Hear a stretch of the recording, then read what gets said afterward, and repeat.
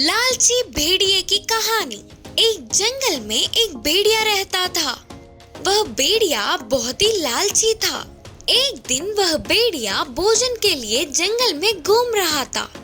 ऐसे घूम रहे भेड़िए को थोड़ी दूर में एक खरगोश दिखा।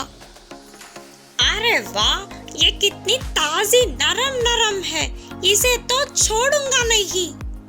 बोलते हुए भेड़िया उसका पीछा करके खरगोश को पकड़ ही लिया। इसे यहाँ नहीं, मेरी गुफा में ले जाकर आराम से बैठ के खाऊंगा। सोचकर भेड़िया उस खरगोश को मुंह में पकड़ के जा रहा था। उसे रास्ते में दूसरी जगह और एक खरगोश दिखी। अरे वाह, और एक खरगोश! आज तो मेरी किस्मत बहुत ही अच्छी है। बोलते हुए खुश होने वाला भेड़िया उस खरगोश को भी मुंह में पकड़कर ले जा रहा था।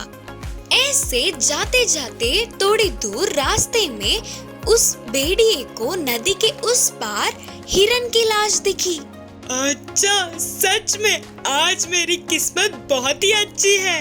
हफ्ते भर का भोजन मिल गया, उधर जाकर हिरन को भी ले आऊंगा। सोचते हुए लालची भेड़िया मुंह से पकड़ी हुई खरगोश के साथ ही पानी में कूद गया। ऐसे पानी में तैरते हुए जा रहा था तो बड़े बड़े लहरें आए और उस भेड़िए के मुंह से एक के बाद एक खरगोश छूट गया। ये बच्चे खरगोश गए तो गए, उस पार तो बड़ा हिरन ही है ना, वो बस है। सोचता हुआ उस पार पहुंच गया। उस हिरन को भी अपने मुंह में पकड़कर नदी पार करके तैरता हुआ आ रहा था। तभी उसे नदी में एक मगरमच्छ ने देखा। वह मगरमच्छ यह भेड़िया और उसके मुंह में हिरन को देख, आहा, आज तो दावत है, सोचते हुए झट से भेड़िए के ऊपर कूद पड़ा। उस मगरमच्छ को देख भेड़िया चौंक गया। उसके हाथ लग गए तो मरना तय है। सोचकर डर के हिरन को छोड़कर भाग आया। जो मिला वो खाने के बजाय लालच में जो हाथ में था वो भी छूट गया। सोचकर उदास हुआ। इस कहानी की शिक्षा है कि जो अपने पास है उसी से खुश रहना चाहिए। छोटी सी बकरी की होशियारी। एक जंगल में बकरियों का झुंड था।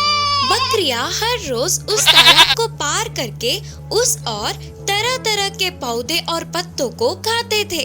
फिर से शाम होते ही तालाब को पार करके वापस आ जाते थे। एक दिन उस जंगल में एक लोमड़ी आई। आहार के लिए ढूंढ ढूंढ कर थक के उसी तालाब के तट पर सो गई। हमेशा की तरह ही बकरियों का झुंड चरने के लिए तालाब के उस पार जाने लगे। उस झुंड की एक शैतान छोटी सी बकरी सबसे पहले तालाब पार करने के लिए तेजी से भागते हुए उस तट पर पहुंची।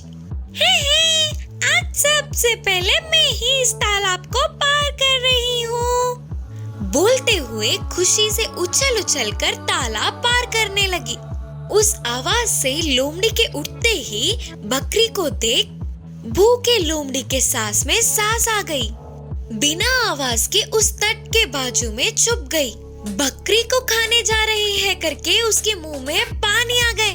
तालाब को बस पार करने ही वाली थी, तभी अचानक बकरी ने लोमड़ी को देखा। इससे वो डर गई।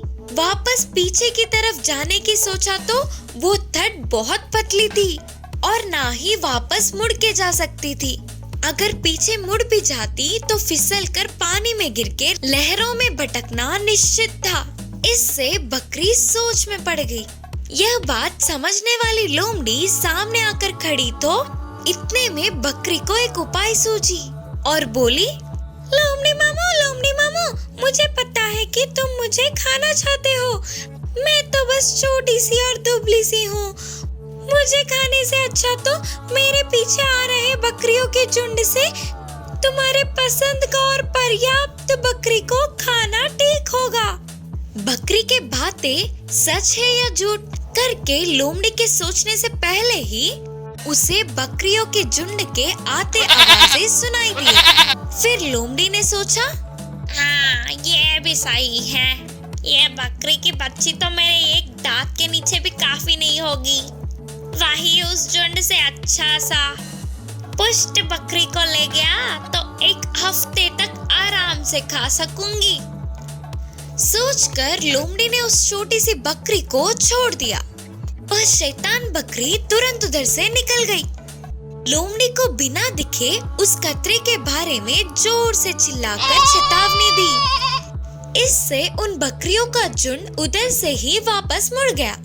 इतने समय बाद भी बकरियों के झुंड के ना आने पर वह शैतान बकरी ने उसे चकमा दिया करके लोमड़ी समझ गई। फिर वह छोटी सी बकरी अब कोई खतरा नहीं है करके जानकर वापस अपने बकरियों के झुंड में शामिल हो गई। लोमड़ी से उन्हें बचाने के लिए बाकी के बकरियों ने छोटी सी बकरी की बहुत तारीफ की। इस कहानी की सीख है कि खतरों के समय बुद्धि से काम लेना चाहिए। चूहों की मदद। कृष्णापुर नामक गांव में एक बार भूकंप आया। इससे सारे घरों के गिरने पर सारे गांव वाले उस गांव को खाली करके चले गए। इससे वह गांव चूहों के लिए रहने की जगह बन गई। ऊपर से उस गांव में कोई इंसान नहीं थे ना, इससे चूहों की संख्या रोज रोज बढ़ती ही जा रही थी। एक बार उस गांव के बगल वाली जंगल में पानी की कमी आई। सारे तालाब, नदी, सरोवर सूख गए। पानी नहीं मिलने पर जानवर तड़प रहे थे। पानी को खोजते हुए एक हाथियों का झुंड कृष्णापुर पहुँचे। हाथियाँ उस गांव के पीने के पानी की नदी के पास जा रहे थे तो बीच रास्ते में 100 तक चूहे उनके पैरों के नीचे आकर कुचल गए। यह देखकर चूहों के राजा हाथियों के पास जाकर कहा, आप लोगों के तेजी से नदी के पास जाने पर हमारे कुछ मित्र आपके पैरों के नीचे गिरकर मर गए। आप लोग वापस जाते समय दया करके दूसरे मार्ग से जाइए। हम भी आपके जरूरत पड़ने पर किसी न किसी रूप में मदद करेंगे। जरूर, हम दूसरे मार्ग से ही जंगल वापस लौटेंगे, लेकिन आपके जैसे छोटे जानवरों से हमारे जैसे बड़े जानवर कोई मदद नहीं लेंगे और ना ही इसका आशा करेंगे। बोलकर हाथियों के नायक ने खुददार होकर कहा। वादे के मुताबिक ही हाथी दूसरे मार्ग से जंगल पहुंच गए।